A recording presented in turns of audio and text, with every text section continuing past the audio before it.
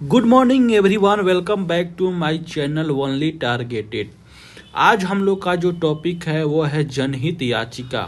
जनहित याचिका से संबंधित हम सारे चीज़ों को पढ़ेंगे और यूपीएससी बीपीएससी जनरल कंपटीशन जो भी है इन सारे मामलों से संबंधित जो भी क्वेश्चन आते हैं सारे कुछ क्लियर हो जाएगा और आंसर राइटिंग के लिए भी आपको बहुत ज़्यादा आसान रहेगा और इससे संबंधित कहीं से भी कुछ भी क्वेश्चन इससे बाहर नहीं आ सकता है। बात करते हैं जनहित याचिका की। तो संविधान के किसी भी अनुच्छेद में जनहित याचिका का उल्लेख नहीं है। 1980 के दशक में जस्टिस पीएन भागवती और जस्टिस कृष्णन अय्यर ने अमेरिकी सर्वोच्च न्यायालय से प्रेरित होकर भारत में इसका प्रारंभ किया। किसका? जनहित याचिका का। इसके अंतर्गत ऐसा कोई भी मामला जो जनहित याचिका से संबंधित हो उसे भारत की न्यायपालिका में ले जाया जा सकता है। ऐसा कोई भी मामला जो जनहित याचिका से संबंधित हो उसे भारत की न्यायपालिका में ले जाया जा सकता है। ठीक है, अर्थात कहने का मतलब हुआ न्यायिक सत्र के उस सिद्धांत का पालन करना अनिवार्य नहीं है। ठीक है, न्यायिक सत्र के उस सिद्धांत का पालन करना अनिवार्य नहीं है जिसके अंतर्गत यह कहा जाता है कि न्यायालय में कोई पक्ष ही मामला को उठा सकता है। यानी कि न्यायालय में कोई पक्ष ही मामला को उठा सकता है, ये अनिवार्य नहीं है। इसके अंतर्गत किसके अंतर्गत? जनहित याचिका के अंतर्गत। इसके अंतर्गत जनहित के विभिन्न मामलों जैसे अब जनहित याचिका में कौन कौन से मामला होते हैं वो चीज देखते हैं। पर्यावरण प्रदूषण, सड़क सुरक्षा, निर्माण गतिविधियां, जीवन की गरिमा से संबंधित मामले और इत्यादि। समझ में आया? पर्यावरण प्रदूषण संबंधित मामला, सड़क सुरक्षा निर्माण संबंधित गतिविधियां और जीवन की गरिमा से संबंधित मामले और भी इत्यादि ले जाए जा सकते हैं। ले जाए जा सकते हैं मतलब कोर्ट में ले जाए जा सकते हैं।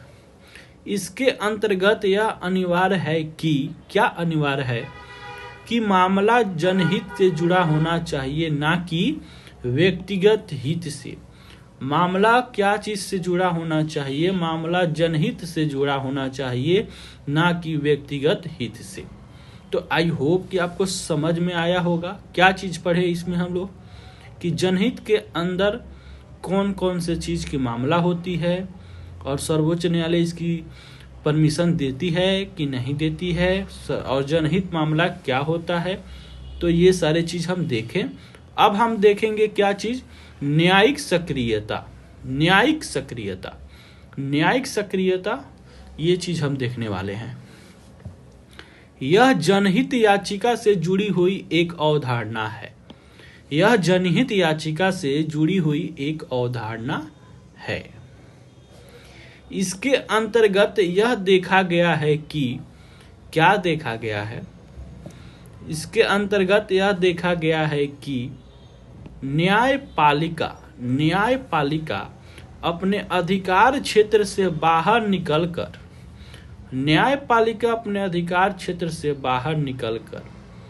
कार्यपालिका के अधिकार क्षेत्र में प्रवेश कर रही है।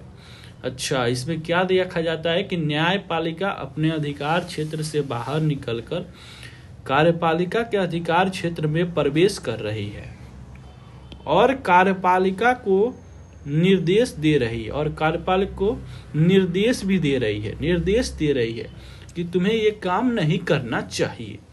कार्यपालिका को निर्देश दे रही है। कौन? न्यायपालिका निर्देश दे रही है। न्यायपालिका का यह तर्क है कि न्यायपालिका अब क्या बोल रही है, उसका तर्क क्या है, उसकी मन की बात क्या है। न्यायपालिका का यह तर्क है कि ऐसा किया जाना इसीलिए आवश्यक है, ऐसा वो इसीलिए कर रही है, ऐसा किया जाना इसीलिए आवश्यक है क्योंकि भारत एक कल्याणकारी राज्य है, क्योंकि भारत एक कल्याणकारी राज्य है। इसके अंतर्गत गरीबों और हाशियों पर रखे गए लोगों को न्याय मिलना चाहिए। भारत एक कल्याणकारी राज्य है, न्यायपालिका बोल रही है, इसके द्वारा रखे गरीबों और हाशियों को न्याय मिलना चाहिए। और यदि सरकार अपना कर्तव्य नहीं निभा रही है तो यह न्यायपालिका का कर्तव्य हो जाता है कि वे इन लोगों को न्याय प्रदान करें।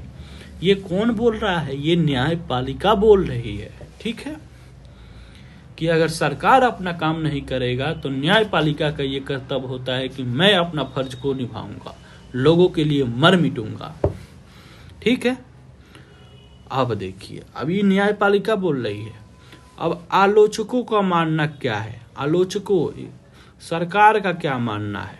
आलोचकों का मानना है कि जनहित याचिका के माध्यम से न्यायपालिका ने अपने अधिकार क्षेत्र को सरकार के अधिकार क्षेत्र के अंदर पहुंचा दिया है। न्यायपालिका ने अपने अधिकार क्षेत्र को सरकार के अधिकार क्षेत्र के अंदर पहुंचा दिया है। मैंने अपना अधिकार क्षेत्र से बाहर निकलकर, और तुम अपना मामले से बाहर निकलकर मेरे भी मामले में घुस रहे हो। ठीक है, मेरे भी मामले में तुम घुस रहे हो, अंदर पहुंचा दिया है, जो लोकतंत्र के लिए उचित नहीं है, जो लोकतंत्र के लिए उचित नहीं है। ठीक है,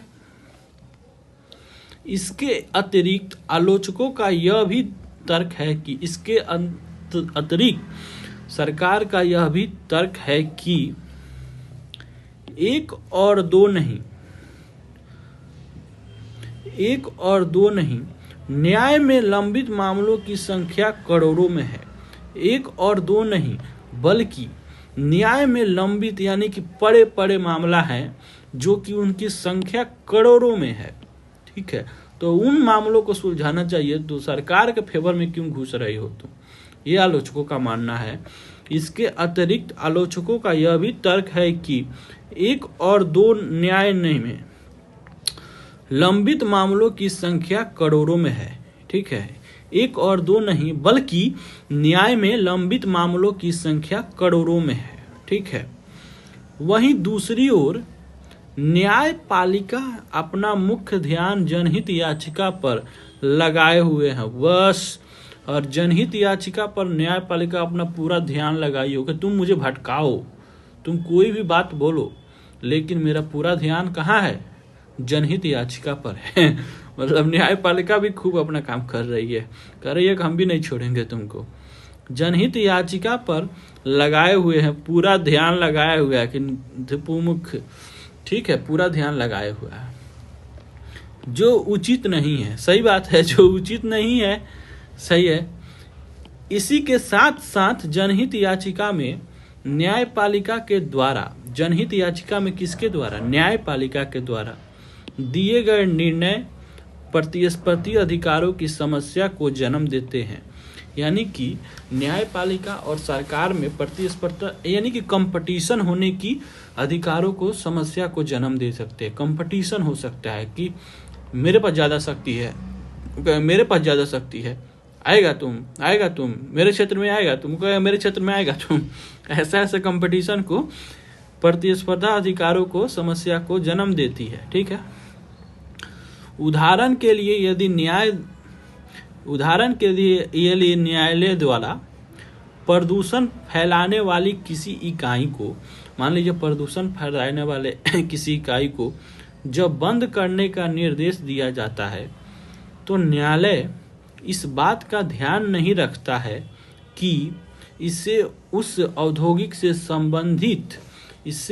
औद्योगिक से संबंधी कामगारों में बेरोजगारी फैलेगी और उनकी आजीविका का संकट उत्पन्न हो जाएगा। मतलब कहने का मतलब क्या हुआ प्रदूषण फैलाने वाली कोई भी फैक्ट्री को अगर न्यायपालिका बंद करती है तो उसमें क्या होता है, उस चीज़ को ध्यान नहीं देती है न्यायपालिका कि उससे क्या होगा, वहाँ पे काम करने वाले कामगारों में बेरोजगारी फैलेगी। यानी कि वो तो अब फैक्ट्री बंद हो गई तो अब कहाँ जाएगा, अब घर जाएगा, सुतेगा चद्दर ओढ़ के, राशन का खाना उठाएगा खाएगा बेरोजगारी फैलेगी और आजीविका का संकट उत्पन्न हो जाएगा। क्या होगा, आजीविका का संकट उत्पन्न हो जाएगा। न्यायालय द्वारा सरकार के पास उपलब्ध संसाधनों का भी ध्यान नहीं रखा जाता है। न्यायालय द्वारा सरकार के पास उपलब्ध संसाधनों का भी ध्यान नहीं रखा जाता है। न्यायपालिका बंद कर दे, बाकी लोग घरे जाए, राशन का खाना उठा के खाए ध्यान नहीं रखा जाता है। ठीक है, कोई तो आ जाओ भाई न्यायालय को सुधारने के लिए, कोई भगवान अवतार भेज दे किसी इंसान को जो गरीबों की तकदीर बदल दे, कुछ सोचे समझे कि यार ऐसा ना हो कि प्रदूषण भी ना फैले और लोग भी बेरोजगार ना रहे। ऐसा हो जाए तब ना मजा आ जाएगा। इसके संदर्भ में पूर्व महान्यायवादी लग रहा है मुझे उस इंसान का इंतजार खत्म होने वाला है जो कि हमारी बात को सुन लिया। सोली सोरावजी, वाह, सोली फिल्म से निकल के आया लग रहा है। सोली सोरावजी ने इन बुनियादी नियमों का उल्लेख किया। अच्छा, अब लग रहा है शोले के हीरो सोले सोरावजी आ गए हैं, अब हम लोग का बात बन जाएगा। ठीक है, यानी प्रदूषण फैक्ट्री बंद भी होगी नहीं होगी, अगर हो भी तो बेरोजगार इंसान नहीं होगा। इसके संदर्भ में पूर्व महान्यायवादी सोली सोरावजी ने इन बुनियादी नियमों का उल्लेख किया। चलिए क्या क्या उल्लेख किया ये चीज देखते हैं। क्या भाई आपने क्या काम किया, संदिग्ध जनयाचिकाओं को अस्वीकार कर दिया जाए। सही बात है, ये बात होना चाहिए, संदिग्ध जनयाचिकाओं को अस्वीकार कर दिया जाए। सही बात है, पहला चीज से खुश हो गया, मोकेम्बो खुश हुआ। जनहित याचिकाओं के माध्यम से महत्वपूर्ण परियोजनाओं को निलंबित नहीं किया जाना चाहिए। सही बात, जियो। जनहित याचिकाओं के माध्यम से महत्वपूर्ण जो इम्पोर्टेंट चीज है भाई उसको तुम अपने कंपटीशन के लिए क्यों बंद करना चाहते हो। महत्वपूर्ण परियोजनाओं को निलंबन नहीं किया जाना चाहिए। सही बात है, मोकेम्बो दोबारा खुश हुआ जनहित याचिकाओं का दुरुपयोग करने वाले पर कठोर आर्थिक दंड लगाना चाहिए। सही बात, जनहित याचिकाओं का दुरुपयोग करने वालों पर कठोर आर्थिक दंड लगाना चाहिए। मोकेम्बो आज लगेगा विनर हो जाएगा। उसके बाद यह कहा जा सकता है कि न्यायपालिका को न्यायिक संयम बरतना चाहिए। भाई तुम न्यायपालिका हो, तुमको अधिकार दिया गया है, तुम में संयम नहीं है, संयम बरतना चाहिए। ठीक है, और कोई भी जनहित याचिका निपटाते समय देश की परिस्थितियों और सरकार के संसाधनों का भी ध्यान रखना चाहिए। हाँ, इनकी बात से हम सहमत हैं। ये जो बात किए और बोले और करें, यानी कि शोले से निकल के आए सोली सिरावजी, इनकी बात से मैं सहमत हूँ, मैं खुश हूँ। इनसे रहते तो मैं जरूर इनको टॉफी खिलाता और इनसे आशीर्वाद लेता। अब देखिए, अब कहने का मतलब क्या है, यहाँ का क्यों, यहाँ का कहाँ चला गया यार, आजा, यहाँ का क्वेश्चन कहाँ चला गया। चलिए जितना क्वेश्चन है उतने देखते हैं। जनहित याचिका से संबंधित क्वेश्चन को हम लोग देखेंगे। ठीक है, आ गया, देखिए आ गया, जियो। जनहित याचिका क्या है, इससे संबंधित मुद्दों पर चर्चा कीजिए। आप लिखिएगा इस चीज को, बहुत इंपॉर्टेंट है, लिखने से ज्ञान बढ़ता है और माइंड में फिक्स हो जाता है। मूल ढांचे की अवधारणा को स्पष्ट कीजिए 150 शब्दों में। ठीक है। और तीसरा क्वेश्चन मैं आपको दिया हूं, विधि द्वारा स्थापित प्रक्रिया और विधि की सम्यक प्रक्रिया को स्पष्ट कीजिए। विधि द्वारा स्थापित प्रक्रिया और विधि की सम्यक प्रक्रिया को स्पष्ट कीजिए। उन वादों या मुकदमों का उल्लेख कीजिए जिनके द्वारा इन्हें स्थापित किया गया था। मैं आपको ऐसा बात नहीं है कि मैं कहीं से उठा के दे रहा हूँ, मैं पढ़ाया हूँ इस चीज को, मैं पढ़ाया हूँ तभी दे रहा हूँ कि मुझे लगा कि आप बना लीजिएगा। कार्यपालिका पर संसदीय नियंत्रण किस प्रकार से स्थापित होता है? कार्यपालिका पर संसदीय नियंत्रण किस प्रकार से स्थापित होता है? स्पष्ट कीजिए 200 शब्दों में। कितना? 200 शब्दों में। संसद के दूसरे सदन के रूप में राज्यसभा की भूमिका पर प्रकाश डालिए। संसद के दूसरे सदन के रूप में राज्यसभा की भूमिका पर प्रकाश डालिए। इसको भी लिखना है क्वेश्चन। और निम्नलिखित पर लघु टिप्पणी कीजिए 50 शब्दों में। ये तो जरूर कर दीजिएगा, कम से कम 50 शब्दों में प्लीज मेरे लिए जरूर कीजिएगा। मुझे दिखाइएगा नहीं, लेकिन आप लिखिएगा ईमानदारी से जरूर। ठीक है। वित्तीय विधेयक 1। वित्तीय विधेयक 1 पहला। दूसरा, राज्यपाल की विवेकाधीन शक्ति। राज्यपाल की विवेकाधीन शक्ति, सारे चीज को मैंने अच्छे से बताया है। राज्यपाल के पद से संबंधित विवाद, वाह याद है ना, मैंने बताया था इसको।